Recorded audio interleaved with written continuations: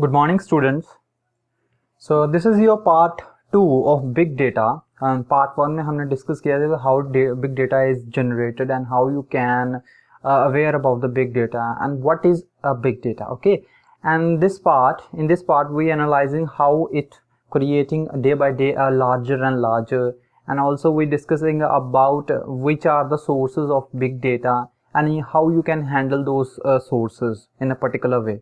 Okay, so first of all, storing big data. The first one topic is storing the big data and how you can store or utilize your big data. It depends upon your servers and larger computer systems. Okay, so first of all, analyzing your data characteristics. Okay, selecting data sources for analysis. मतलब अगर आपका कोई business है तो आपने उस sources को select करना है जहां से आपका डेटा जो है वो जनरेट होगा. जैसे आप एक ऑनलाइन एप्लीकेशन बनाई है, आपने ऑनलाइन शॉपिंग एप्लीकेशन, तो क्या है कि आपकी जो डेटा है वो कहाँ से आएगा, वो यूजर से आएगा और वो किस पे स्टोर होगा, एप्लीकेशन के डेटाबेस पे. ओके, सो यहाँ पे लिखा है selecting data sources for analysis. मतलब डेटा सोर्स कहाँ से रहेगा, डेटा कहाँ से आ रहा है, आपके यूजर से, कंज्यूमर से, जो आपकी शॉपिंग वेबसाइट पे जाके विजिट कर रहे हैं या शॉपिंग एप्लीकेशन पे विजिट कर रहे हैं, वहाँ पे आपका डेटा जो है वो आ रहा है. उनकी सारी इंफॉर्मेशन, उनका नाम क्या है, एड्रेस क्या है, पिन कोड क्या है, सिटी नेम क्या है, मोबाइल नंबर क्या है, ईमेल क्या है, these are just data. Okay, तो ये सारा आपका डेटा कहाँ पे स्टोर है, आपके बिग डेटा सर्वर्स पे. नेक्स्ट है eliminating redundant data. Redundant means duplicate. Duplicate data मतलब अगर एक ही यूजर बार बार डिफरेंट टाइप्स ऑफ सोर्सेस से लॉगिन कर रहा है तो वो उसको डुप्लीकेसी को रिमूव कर दे. मतलब वो एक ही यूजर है, बस उसकी डिवाइस जो है वो चेंज हुई है, बाकी जो उसका डेटा है वो तो सेम ही है. सो दैट इज वाई वो उसको अलग डेटा ना समझे, उसको एक ही डेटा कंसिडर करे. Okay, establishing role of no SQL. No SQL मतलब एसक्यूएल आपको आगे पढ़ोगे चैप्टर्स में कि एसक्यूएल क्या होती है. Structure query language. आप और कैसे आप डेटाबेस को मैनेज कर सकते हो, कैसे आप बहुत बड़े लार्जर डेटाबेस को कैसे मैनेज करते हो, कैसे आप सर्च परफॉर्म करते हो, जो बैंकिंग ट्रांजैक्शंस होते हैं कैसे मिलियंस ऑफ डेली ट्रांजैक्शंस होती हैं तो वो कैसे परफॉर्म होती है, ये सारा कुछ आप एसक्यूएल में सीखोगे. Okay, structure query language. तो यहाँ पे आगे नेक्स्ट है overview of big data store. कहाँ पे आप इसको ग्राफ से आता है, डॉक्यूमेंट से आपका डेटा आ सकता है, और ये आप यहाँ पे कुछ और एग्जांपल देखी हैं. तो ये आप अभी इसको आप कंसिडर मत कीजिए, आप जस्ट जो बेसिक एग्जांपल है उसको आप कंसिडर कीजिए जो डेटा मॉडल इसमें यूज होंगे. Okay, so next one we have why big data. Okay, the big data आया कहाँ से, कैसे जनरेट हुआ, ये सारा कुछ हमने ऑलरेडी पहले भी पढ़ चुका है कि हम बिग डेटा को बिग डेटा क्यों बोलते हैं, और यहाँ पे ऑलरेडी मैंने एक्सप्लेन कर दिया है.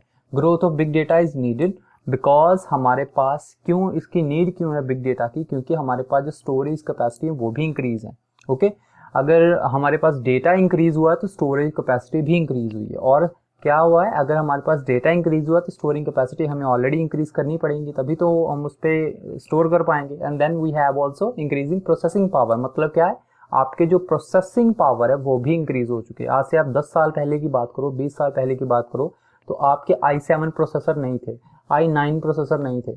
ठीक है, तो अभी i9 में क्या होता है, वो बहुत फास्ट होते हैं, वो बहुत ज़्यादा हाइपर थ्रेडिंग परफॉर्म करते हैं और बहुत जल्दी मल्टीटास्किंग जो टास्क होते हैं उसको जल्दी से परफॉर्म करने में जो कहते हैं उनका पावर होती है उनके पास. सो ऐसे वो बहुत सारी जो प्रोसेसिंग है, बहुत लार्जर डेटा को हैंडल कर सकते हैं within seconds. Okay, so that is why increasing processing power भी हमारी इंक्रीज हो चुकी है बिग डेटा के आने से. अवेलेबिलिटी ऑफ डेटा, मैंने ऑलरेडी ये पॉइंट आपको समझा दिया कि जैसे कंज्यूमर्स इतने हैं, पूरे वर्ल्ड की जो पॉपुलेशन है 7 बिलियन है, तो कैसे वो 7 बिलियन का हर एक का रिकॉर्ड कहीं ना कहीं तो है. इंटरनेट पे कोई ना कोई तो सर्व करता है, कोई ना कोई तो ऑनलाइन परचेज करता है. ओके, अगर ऑनलाइन नहीं है तो किसी ने अगर आधार कार्ड बनाया है, किसी ने कोई चीज़ बाय नहीं की तो आधार कार्ड की इंफॉर्मेशन भी ऑनलाइन स्टोर है. ओके, सो ऐसे आपका जो सारा जो डेटा है वो ऑनलाइन है, ऐसे एक बिग डेटा परफॉर्म होता है. Next one why big data, क्योंकि आप सभी को मैंने ये ऑलरेडी एक्सप्लेन कर दिया था कि कैसे आपका एफबी जनरेट जो वो 10 टेराबाइट डेली जनरेट कर रहा है आपकी फ़ोटो से ही.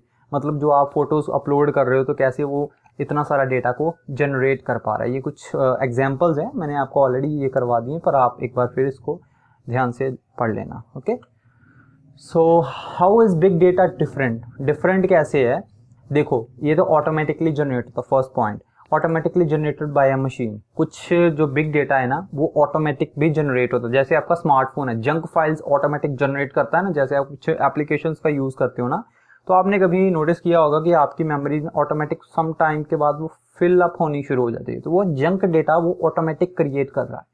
ओके तो ऐसे आपका बिग डेटा वो डिफरेंट है दूसरे डेटा से। जैसे आप सपोज करो अगर आपने लॉगिन किया, आपने इंफॉर्मेशन ऑनलाइन डाली है, तो उसका मतलब क्या है, वो आपने दी है, वो किसी मशीन ने जनरेट नहीं की। पर जो आपके स्मार्टफोन में हो रहा है वो क्या हो रहा है, वो जंक फाइल्स ऑटोमेटिक क्रिएट हो रही हैं, तो ये बिग डेटा में भी आता है। ओके बिग डेटा में ये सारा कुछ आता है।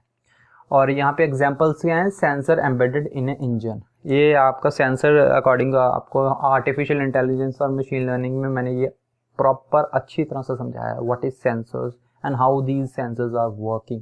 Okay so next point, typically an entirely new source of data. ये अभी न्यू सोर्स ऑफ डेटा है, क्यों, क्योंकि ये लार्जर बेस में स्टोर होता है, यूज ऑफ द इंटरनेट, क्योंकि ये इंटरनेट पे बेस है। आज से आप 20 ईयर्स बैक चले जाओ तो इतना डेटा इंटरनेट पे नहीं था। अभी आप कुछ भी सर्च करते हो आपके उसके थाउजेंड्स ऑफ रिजल्ट मिल जाएंगे, अगर आप कोई टर्म सर्च करते हो तो आपको हंड्रेड्स ऑफ रिजल्ट मिल जाएंगे।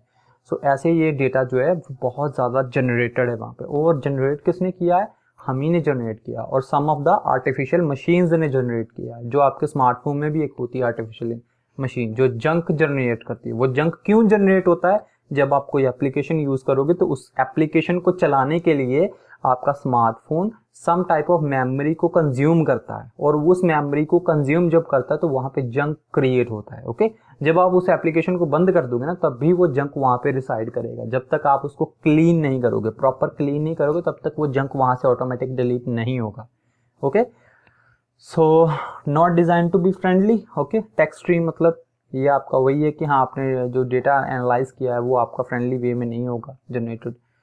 सो बिग डेटा सोर्सेस, कहाँ से बिग डेटा आ रहा है, सबसे पहले मैंने आपको पहले बता दिया, यूजर्स मतलब जो आप कंज्यूमर्स हो, आप कुछ ना कुछ अपलोड कर रहे हो इंटरनेट पे, तो आप एक यूजर्स हो, आपकी तरफ से भी बिग डेटा आ रहा है। सेकंड मैंने आपको एप्लीकेशन की एग्जांपल भी दे दी जो आपके स्मार्टफोन में रन होती है, कैसे वो एक स्पेस को ऑक्यूपाई करती है आपकी एप्लीकेशन, और उसी स्पेस में अगर आप एप्लीकेशन में कोई एक्टिविटीज़ कर रहे हो तो उसमें जंक फाइल्स जो होती हैं उसको स्टोर करती हैं। उसके बाद सिस्टम क्या होता है आपका, एंड्रॉयड सिस्टम, आपका Apple system also it's also generate the junk files. Okay sensors, ही मैंने आपको ऑलरेडी एग्जांपल दे दी कि सेंसर कुछ ना कुछ कैप्चर करते रहते हैं और उसको स्टोर करते रहते हैं, तो वो क्या है, जंक है। वो अगर जंक फाइल होती क्या है, जो आपके यूजेबल नहीं हो। ओके जो आपको बिल्कुल भी यूजेबल ना हो, जो आपको समझ ही ना हो कि हाँ ये क्या है, तो उसको हम बोलते हैं जंक फाइल्स। ओके तो ये सारा क्या करते हैं, बिग डेटा फाइल्स को क्रिएट करती हैं। ये सारे सोर्सेस हैं आपके बिग डेटा के।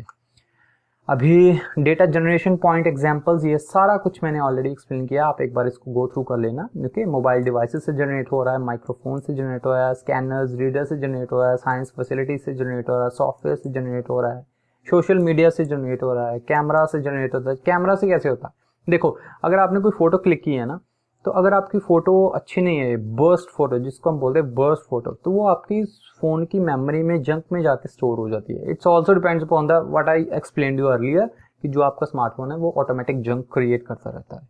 Okay so application of big data analytics, मतलब आप कहाँ पे बिग डेटा को यूज कर सकते हो फॉर योर बिजनेस पर्पस और योर एनालिटिक पर्पस। मतलब आपने कोई एनालाइज करना है कि हाँ यहाँ पे पॉपुलेशन जो रहती है वो किस चीज़ को ज़्यादा लाइक करती है, किसको डिसलाइक करती है। जैसे इंडियन लोग जो हैं वो किस चीज़ को ज़्यादा लाइक करते हैं, किसको डिसलाइक करते हैं, उसी के अकॉर्डिंग आप अपना बिजनेस मॉडल बनाओगे कि हाँ ये बिजनेस मॉडल मेरा यहाँ पे चल पाएगा, यहाँ पे मुझे प्रॉफिट हो पाएगा।